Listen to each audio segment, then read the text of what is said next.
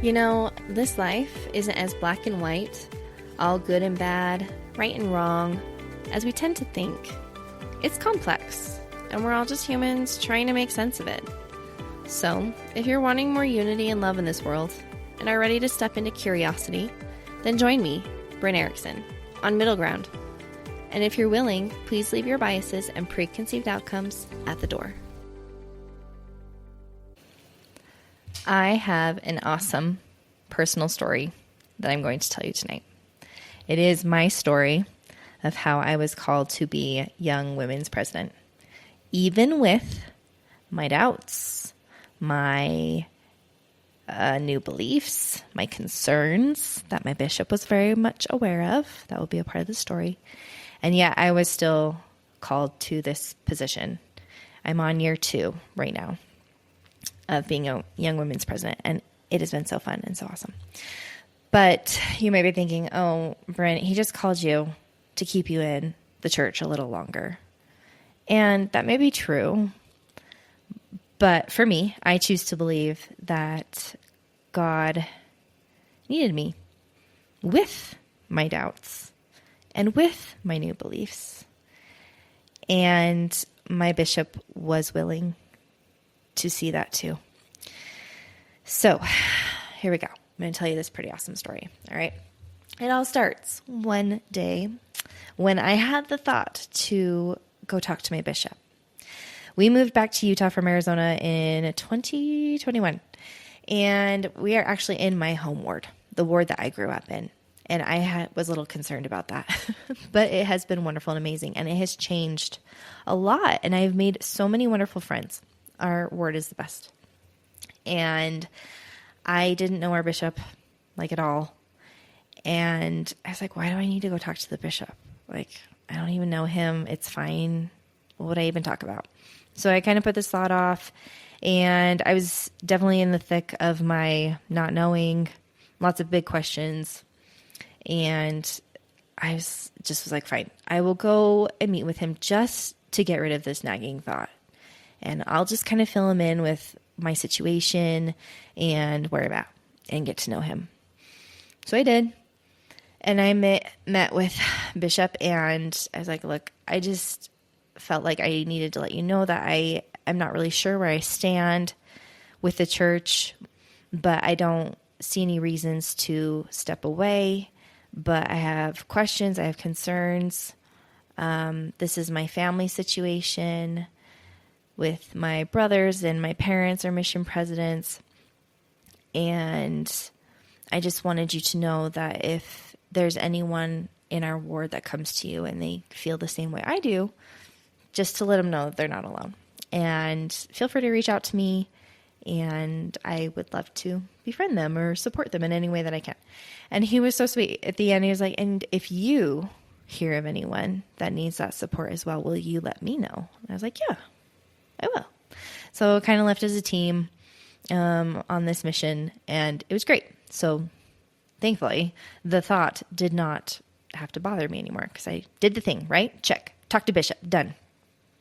Well, later that summer, I'm in the bathroom getting ready for the day, and I have this thought of, you're going to be the next Young Women's President. And I was just floored. I was like, yeah, no, there's no way. Not with my new beliefs and doubts. And I totally think it's okay to be a lesbian. There's no way that I could be Young Women's President over these girls. And so blew that thought out the door. Forgot about it until, of course, I get a text from someone in the bishopric and saying Bishop wanted to meet with me. And I knew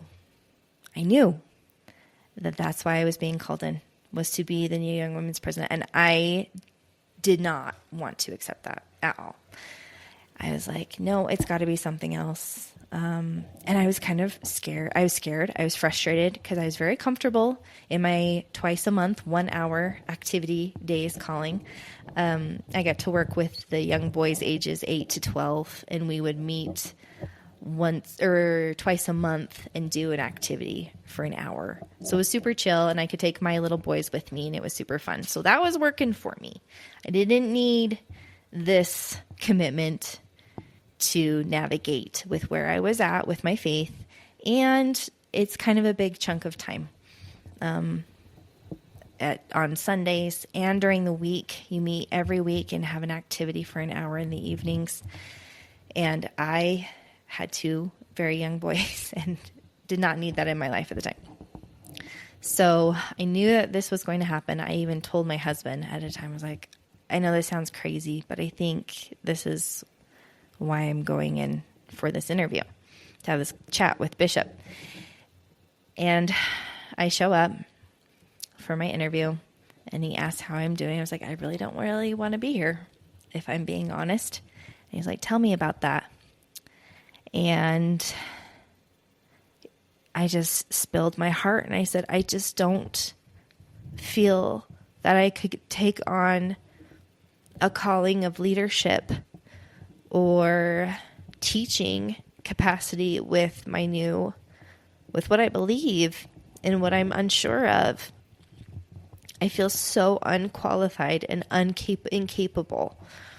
And you know how a lot of people will be like, I'm so unqualified for this calling. Well, mine wasn't just with what I didn't know. It was like what I didn't believe. And it was scary. And he asked me a very simple question. And he said, Bryn, what do you think the youth need to know? And I just broke down, and that the youth need to know that they're unconditionally loved.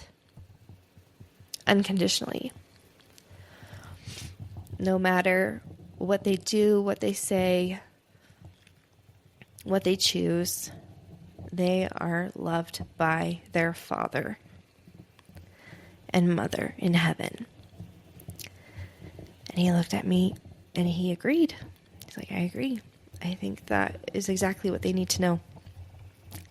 And with that, he said, so I'd like to extend a calling to you to work with young women. And I was like, in what capacity, Bishop? What are you saying? Like, you have to say it. And he said, well, we'd like you to be the new Young Women's President.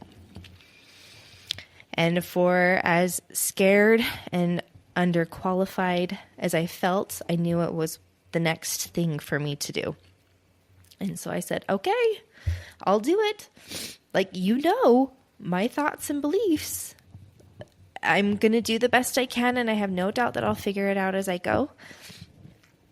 And as long as you're okay. And he's like, yeah, I can't deny it. And he told me that my name came to him at 3 a.m. one night.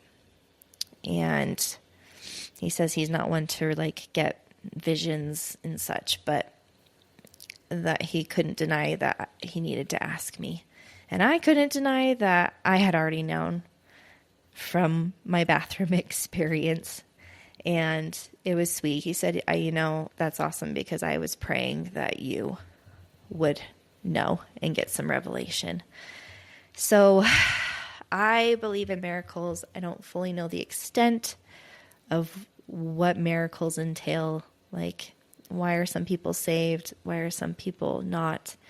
But for me, this was a moment of being seen and given a special moment from my source, my Heavenly Father.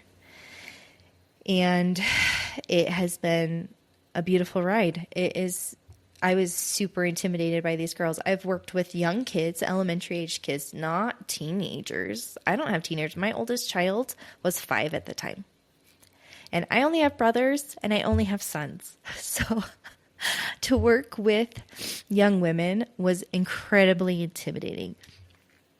But I have amazing other women working with me, and we've just taken it slowly, and I've gotten to know these amazing girls, and my messaging to them is just that they are so loved. No matter the choices they make, no matter where life takes them, Jesus is there for them.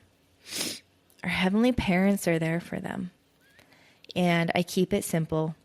And my own controversial beliefs, I just don't bring them up. And if anything in a class, if something's brought up, maybe I'll pose like a question to get the girls thinking. And it has been wonderful. And their sweet, simple, foundational beliefs and testimonies have been really helpful for me with where I am at right now and hanging out with them and being able to grow with them. And it's been a wonderful trip. And I still have another year-ish probably hanging out with these girls. And I'm forever grateful. But that is my, I think, very cool story. And I believe that God takes time for us. Again, I think I mentioned in a previous episode about discerning the Spirit. I think our heavenly help. I think there's a team up there looking out for us. Don't know the logistics, and I could be wrong, and I'm okay with that. But I've chosen to believe that there's a team out there helping me, and I'm grateful. So look for the evidences of divine help in your life. And what do you accredit those miracles to? I'd be curious to find out. So have a great one. Thanks. Before you go, if this episode resonated with you, or perhaps someone came to mind that you could share it with, if you wouldn't mind sharing, that would be amazing. Or you can leave a review or follow the Middle Ground podcast. All of these things will help the algorithm, because that is a real thing, allow people to find my podcasting community so much easier, and is essential for the growth of this podcast, and I would appreciate it so much. So remember, stay curious, spread love, and I hope you have an amazing day, evening, wherever you are, whatever you are doing.